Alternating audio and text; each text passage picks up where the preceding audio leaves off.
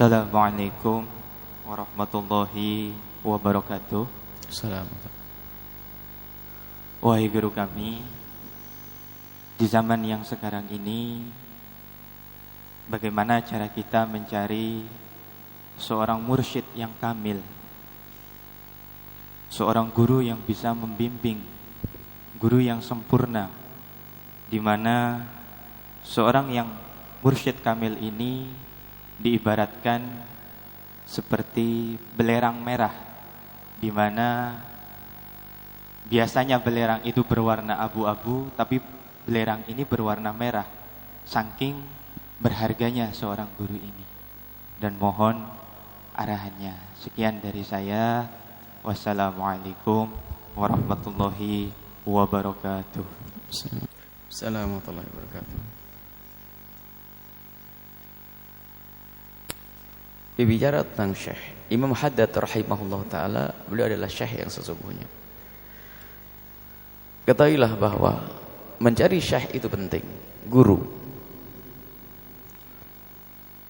Mencari seorang guru yang akan menjadi sebab adanya futuh di dalam hati kita, syekhul futuh. Dan kadang itu tidak kita duga-duga. Mungkin orang itu adalah lebih tua dari kita, mungkin lebih muda dari kita, mungkin orang yang selama ini bergaul dengan kita. Tiba-tiba dengan dia hatiku kebuka. Cuman di dalam mencari syekh, yang perlu kita cermati adalah urusan zahirnya saja, bukan urusan batin, karena engkau tidak tahu batinnya seseorang.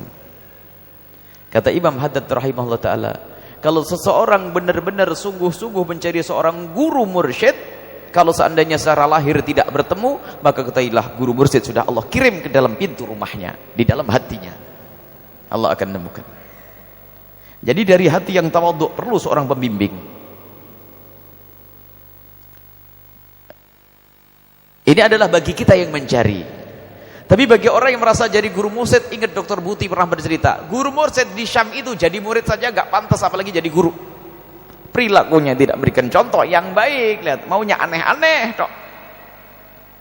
Kami berkata di Syam, di Indonesia insyaallah wallah alam lebih baik insyaallah.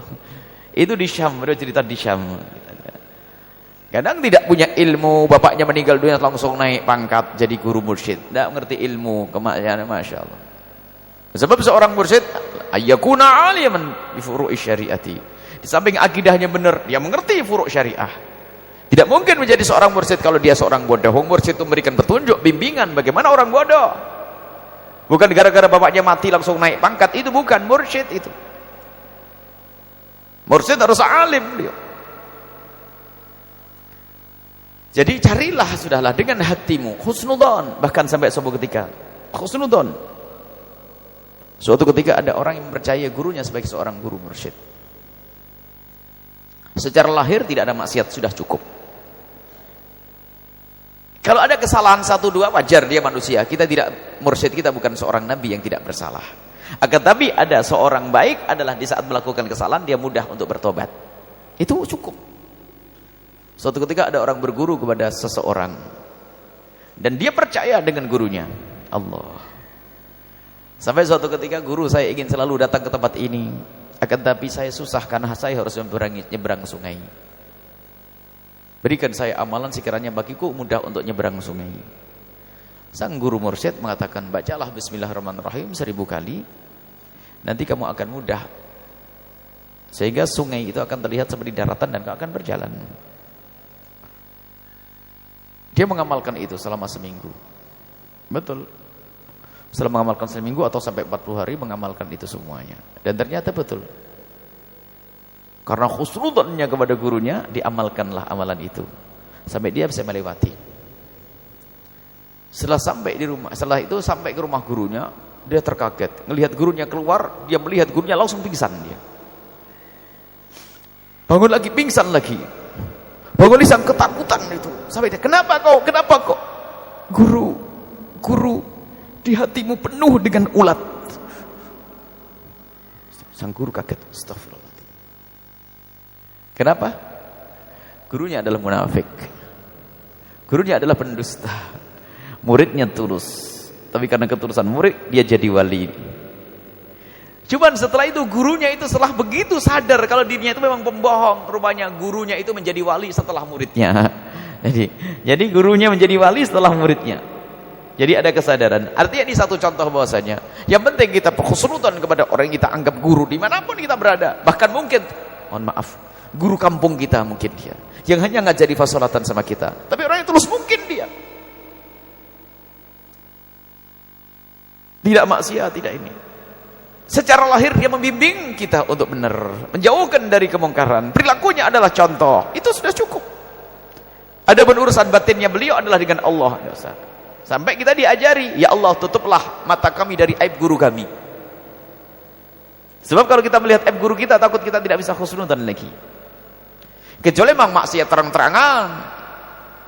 Lihat, kata Imam Ghazali, di antara maksiat terang-terangan adalah gunjing atau jiharan, maksiat yang dusta yang terang-terangan. Ada majelisnya ulama kok menggunjing. Iya betul kata Imam Ghazali. Gunjing, ngomongin orang, ngomongin kayak situ, ustaz sini, bukan mursyid lagi itu. Biarpun katanya terbang di awang-awang. Kata Imam Ghazali rahimahullah, faqihatul fuqaha, gunjing. Ini kenapa harus dikhususkan gunjing? Imam Ghazali nyebut masalah gunjingan. Karena para ulama paling enak itu kalau gunjing, omongannya didengar. Sebab nanti ada bab dalam urusan hadis al-jarh wa ta'dil. Ada dalam pembahasan ilmu hadis adalah menilai ulama, ini pantas tidak diambil ilmu hadisnya, kadang-kadang berkembang menjadi penggunjingan. Kalau tidak hati-hati. Sehingga ini bisa saja babnya gunjing, si fulan begini, si fulan begini, si fulan begini, si ini begitu. Wanu fitnah. Sehingga itu berangkat dari kedengkian, la hasada ka hasadil ulama, tidak ada kedengkian melebihi daripada dengkinya ulama habis-habisan. Dan itu selalu kami ulang-ulang. Tujuannya apa? Biar kuping saya itu dengar. Bukan untuk orang lain, ini loh kuping ini loh, biar tidak gunjing. Kadang pun kita sering dipancing di majelis, Buya, Ustadz ini gimana? Jangan ngajak saya masuk neraka, stop.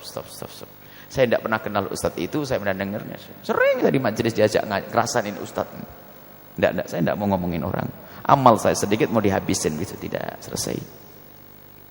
Kalau majelis saya, majelis Gojek bubar. Tinggalkan majelis ini biar selamat semuanya. Sebab kalau atas nama Ustadz kan bisa ngajak macam-macam. Lihat, kalau sudah saya ajak gonjeng, siapa yang mau nolak?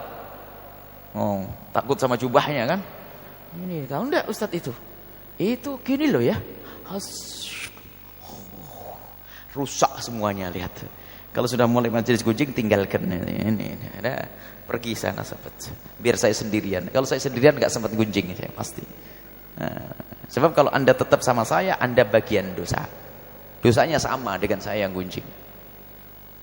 Ya, sebab orang kalau sendiri nggak akan gunjing. Coba di kamar sendiri sama tembok gunjing itu, tetangga tuh kurang ajar nggak ada. Gara-gara ada Anda, maka saya yang gunjing, maka tinggalkan saya. Ini diantaranya. Syekh Mursyid sangat menjaga hatinya, sangat menjaga. Bahkan selalu merasa bersalah terus. Yang ada di balik. Ya kayak tadi Imam Junaid al-Baghdadi seketika, apakah seorang wali bisa berdosa? Kalau Allah menghendaki dia akan berdosa. Enggak berani ngomong tidak berdosa. Masih takut terus, semakin takut. Semakin orang tinggi pangkatnya, semakin takut dia kepada Allah Subhanahu wa taala. Dan ada tanda dan semacam itu. Lihat lahirnya saja, tapi kalau batin bukan urusan kita.